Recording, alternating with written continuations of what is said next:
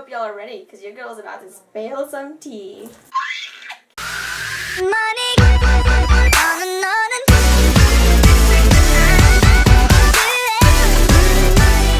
What's up, guys? It's Gisselle. By the way, that wasn't even really tea. If you guys notice, it's water. I'm just lame. I don't even know what I'm doing with my life. Welcome to this background that I created. This is a jewelry armoire that I moved just to have like a nice little aesthetic pleasing thing. These are my college stuff because it's a college advice series, so these are like college things. And then we have a random painting that I did in college. It's ugly, I know, but it's gonna be up there because I needed something to make it aesthetically pleasing. So I asked you guys on Twitter if you guys wanted to see a college advice series, and for those of you who voted, you guys said yes. So I am going to be starting a college advice series just because I was one of those people who had to kind of figure out a lot about college on her own, and I wish there were a lot more people I could ask about certain stuff. I don't know, okay? So I feel like doing this because I feel like it'll be helpful. I have a ton of younger viewers, and it's also for anyone else just on YouTube trying to get advice. But before we get started, don't forget to subscribe so like you guys can get notified whenever I upload any new videos. Also, don't forget to give this video a like if you like college advice videos or you found this really helpful, and leave a comment down below telling me what other types of college advice videos you'd like to see. Anyways, let's get started with this video.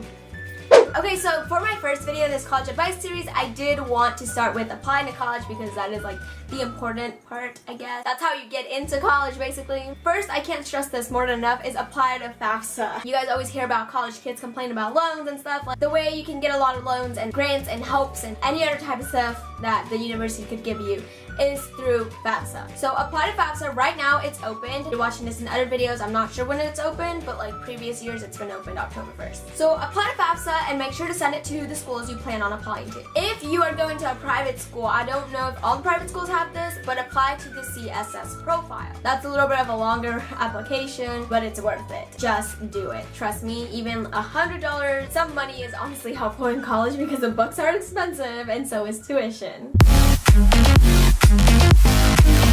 So the first thing about choosing your college is make sure they have your major, because if not, why are you even spending time looking at colleges? If you don't know which major you're trying to pursue, just make sure that the colleges you are looking at do have whatever major or like majors you're planning on pursuing. You're just wasting your time if it doesn't have your major. Trust me, this happened to me. The second thing is to check your tuition costs. You probably like, oh, college, I'll just go into loans and debt. Like, promise me you do not want loans and debt. I'm in my first semester of college and I honestly do not want loans or debt at all. Of course, like my first year of college is basically paid for, so I don't need to, but you still don't want loans and debt. Just make sure that it is easily, economically, financially, whatever available to you. That was also one of the problems with one of the schools I applied to. Just make sure like financially you can afford it, or your parents can help you like pay for it, whatever is gonna happen with like your college thing. Of course, there are scholarships though, so like I'll get onto that later, but just make sure you can financially afford this school. The third thing is to tour the campus. So if you saw that they had your majors or like the probable majors you want to pursue and the tuition is good, it's nice, it's good to go, then you want to tour this campus. I toured 3 campuses before applying and I only applied to 2 of them. I didn't see myself at one of the campuses at all. I didn't like it, but then I went to the other 2 universities and I loved them. Just make sure that you kind of feel at home, especially if you're going to be living on campus. You don't want to be living on a campus that's like you don't like. I don't live on campus, so I don't have that problem, but still. The fourth thing to consider is how far you really want to be away from home. I know a lot of you guys, and this is because I went through senior year and junior year in high school. I totally get this. You guys just want to be far away from home. Like, I don't want to be next to my family. Heck no, I wouldn't leave my town. I totally understand that.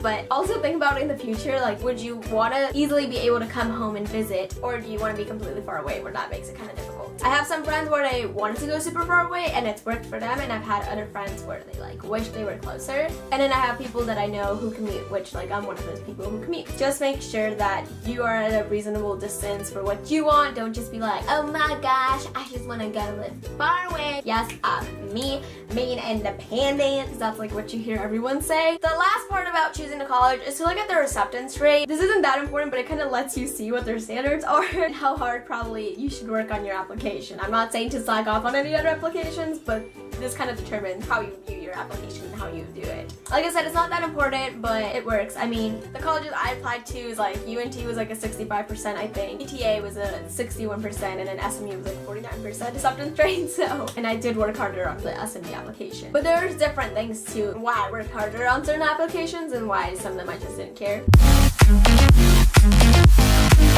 So after you've chosen your college, you have to look at the requirements, obviously, for applying. First of all, look at the application type. I know in Texas we have like Apply Texas, we have the Common App, which I think the Common App is used nationwide, and then we have like, I guess, normal applying through mail. I can't really speak about snail mail, but I used Apply Texas and the Common Application, just depending on what the school wanted. But just make sure you know before you apply. I just don't know how you're even gonna apply if you don't know the application type.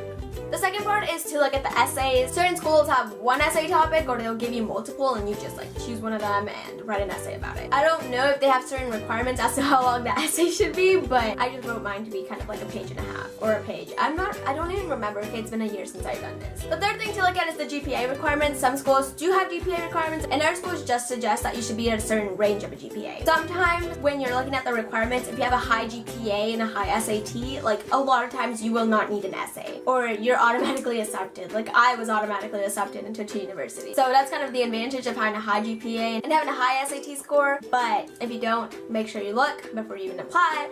You can still apply, and sometimes you'll still get in, sometimes you won't. I can't really speak about that myself. The fourth thing to look at is your SAT and ACT requirements. Some schools will ask for the SAT, and some schools will I can't say this. Some schools will ask for the ACT. I took the SAT. I went from a 1040 to a 1220, which I will do a whole video on SAT strategies. So hopefully you can use them, because yes, I did go almost 200 points. Look at the requirements. Sometimes, like I said, if you have really good grades, sometimes your SAT doesn't even have a minimum. But other times schools will have minimums and requirements. It just depends. Like, just look at your school and research it. Also, if you're planning on commuting, just make sure that you live a certain distance to be able to commute. I was able to waive my like first year living on campus, whatever. I waived it and I commute. Okay, so the next part of applying to college is actually applying. This is the part where you need to stand out. This is the part where you show the university what you're capable of. Or, I don't even know, just stand out, be different. One of the ways to stand out is by choosing the easiest topic of the essay for you. Don't write an essay that you think the college wants to hear. Write the essay that you know you can write best, because this will definitely show your abilities as like a writer, and probably academically. Being the YouTuber that I am, I did write about YouTube. Yes, I did. And the only college that actually read my essay was SMU, and they're like, we're so glad that you started your career on camera with YouTube and blah blah.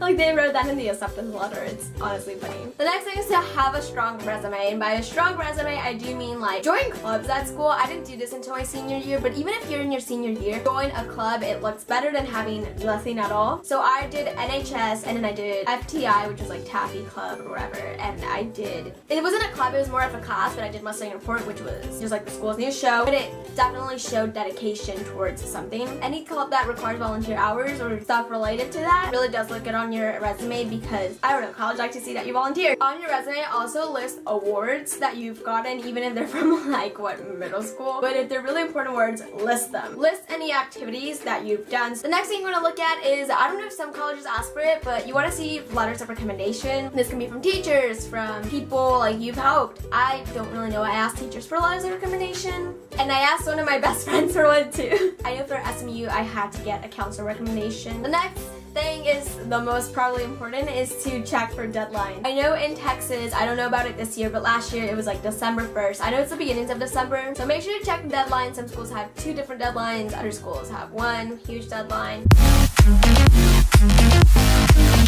Okay, so applying for scholarships, any type of financial aid is important. I know it seems like a hassle because a lot of times you have to write essays and stuff, but some schools automatically consider you for scholarships. All the schools that I applied to automatically considered me for scholarships. I didn't have to do anything extra unless I wanted scholarships from like outside sources, which I applied to 17 or 20 outside source scholarships. I got 3, but one of them I couldn't even use because it wasn't towards the university I was going to. Apply to scholarships. So many scholarships ask for the same essay. Your school should probably have scholarships somewhere if you go to the counselor's office, or I don't know, that's how my high school was. And a lot of them asked for the same essay, so all I did was like print out the same essay so many times and turn it in. So before you even apply to scholarships, know the requirements for some scholarships. I know at certain universities you have to have a certain SAT or ACT level for you to even be considered a scholarship. Just a little hint, what I've noticed is that SAT and ACT count so much towards scholarship. Even if you have a nice GPA, like your SAT and ACT scores will make a huge difference as to how much money you to get. They could be $1,000 difference or less, and I mean $1,000 is a lot. So make sure you bump that up. Like I said, I will make a video about strategies that I use to help bump up mine like 200 points.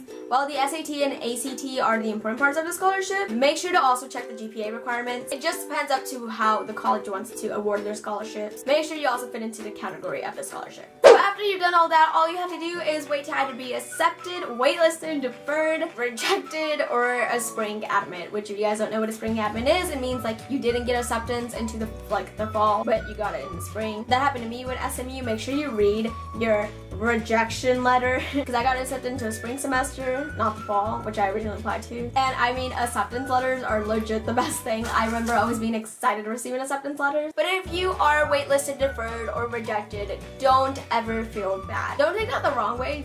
You were just not meant to be there. Because I really wanted to go to SMU and I went to UNT, and I think UNT was definitely the school I was meant to be at. So don't take it personally. Okay, so that was all for my video, everyone. I really hope you guys enjoyed watching this video. If you want to see more college advice videos, definitely leave a comment down below and tell me what kind of advice you want to see. Don't forget to subscribe so you guys can get notified whenever I upload new videos. But I hope to see you guys in my next video.